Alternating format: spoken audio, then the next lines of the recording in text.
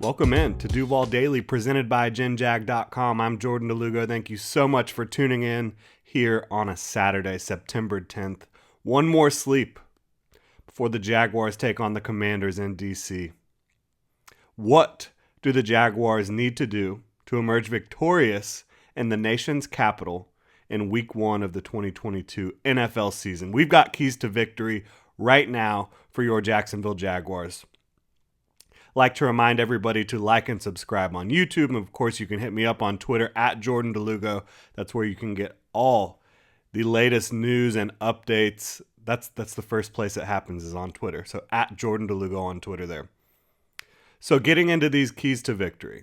Obviously, Trevor Lawrence, Jaguars' second-year quarterback, first overall pick in 2021, entering a big season here with Doug Peterson as his new head coach. He's got Mike McCoy, Jim Bob Cooter, Press Taylor, a lot of really smart folks trying to help him out, get him to where he needs to get. And I think you will see that. But we could say this about Trevor Lawrence every single week, right? NFL teams, football teams, they go as their quarterback goes. Obviously, a lot goes into quality quarterback play. You need the pieces around you to succeed. But I don't think we need to rehash Trevor Lawrence every single week here. He is going to be a key to victory for the Jaguars regardless. So getting into my keys to victory, don't beat yourself. And I know this is an obvious one, but this is one that the Jaguars have struggled with over the past decade plus. They have been a team that has made mental mistakes. They've been a team that has picked up too many penalties, has shot themselves in the foot.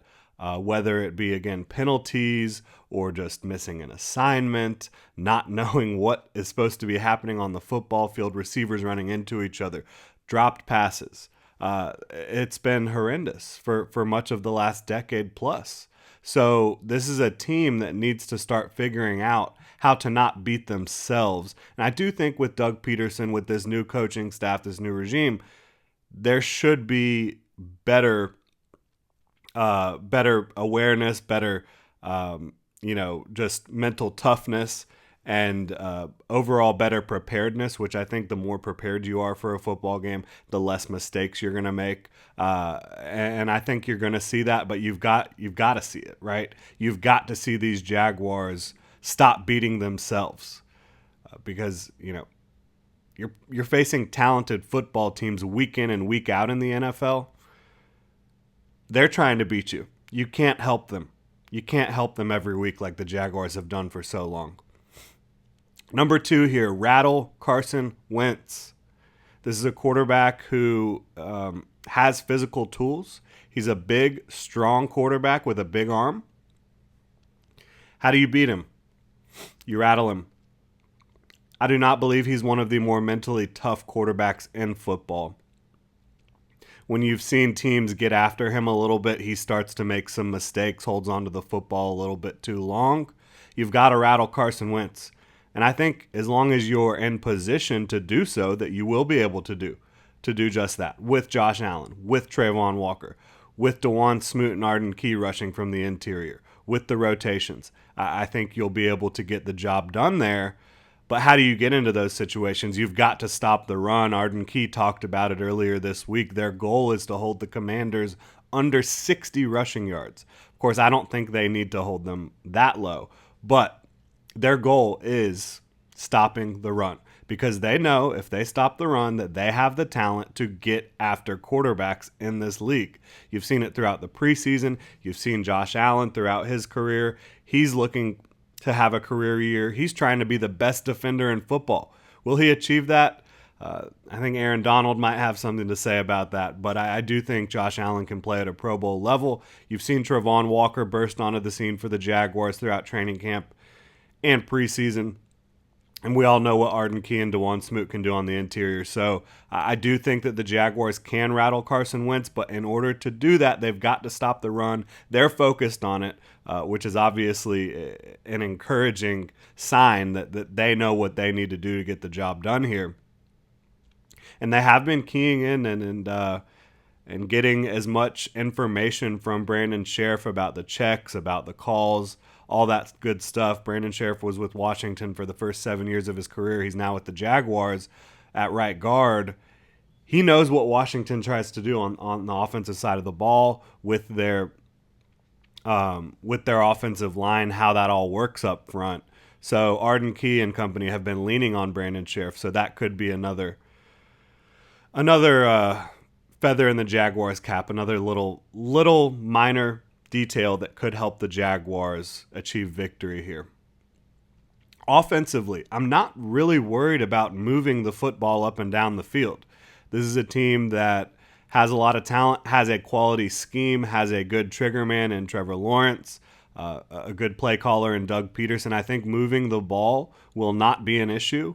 My question is, how do you score points once you get in the red zone? This is a team that struggled throughout training camp and the preseason.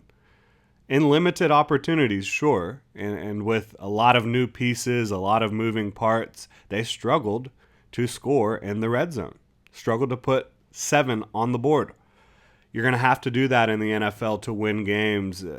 You cannot be a subpar red zone offense and win football games. So the Jaguars are going to have to figure out their red zone issues. And, certainly you can scheme some stuff up in the red zone. You saw that with the Evan Ingram touchdown in the preseason.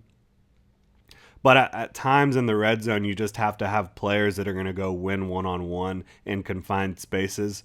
The Jaguars' receiving core has yet to prove that they can do that, and the running game has yet to prove that they can punch the ball in yet either.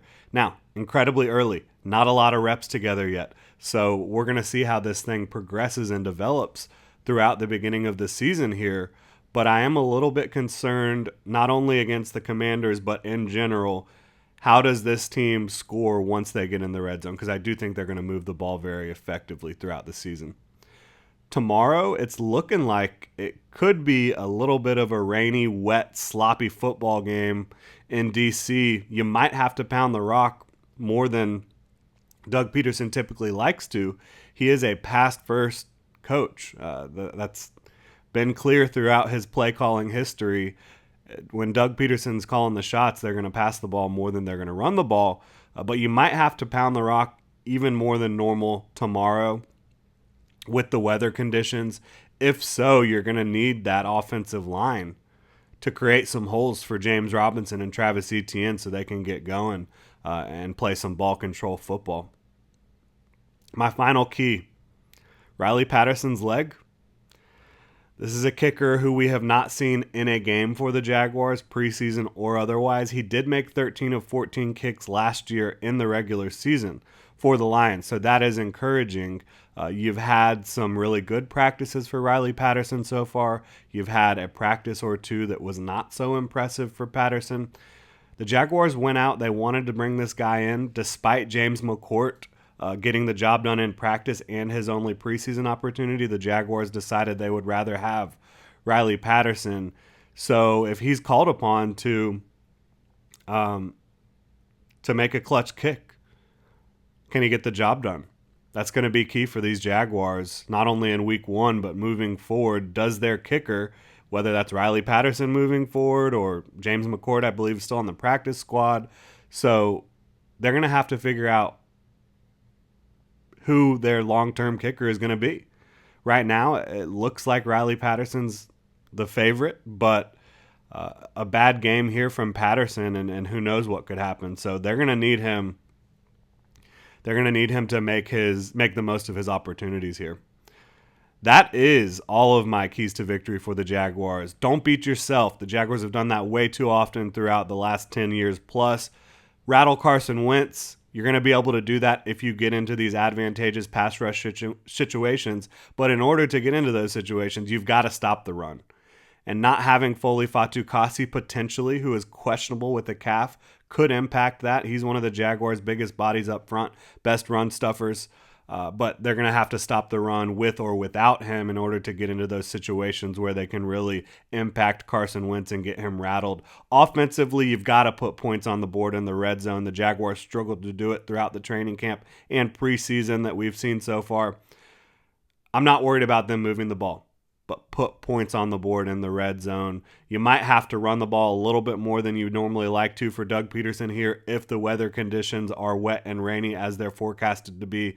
And as I just mentioned, Riley Patterson's leg, he's got to make the kicks. Make the damn kicks. That's it. You can hit me up on Twitter at Jordan DeLugo. Follow Generation Jaguar at Generation Jag. Make sure to hit the like and subscribe button on YouTube.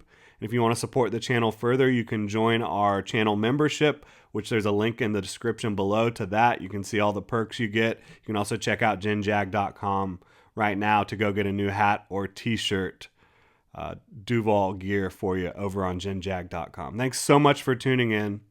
Have a great Saturday, and hopefully we can get a dub tomorrow.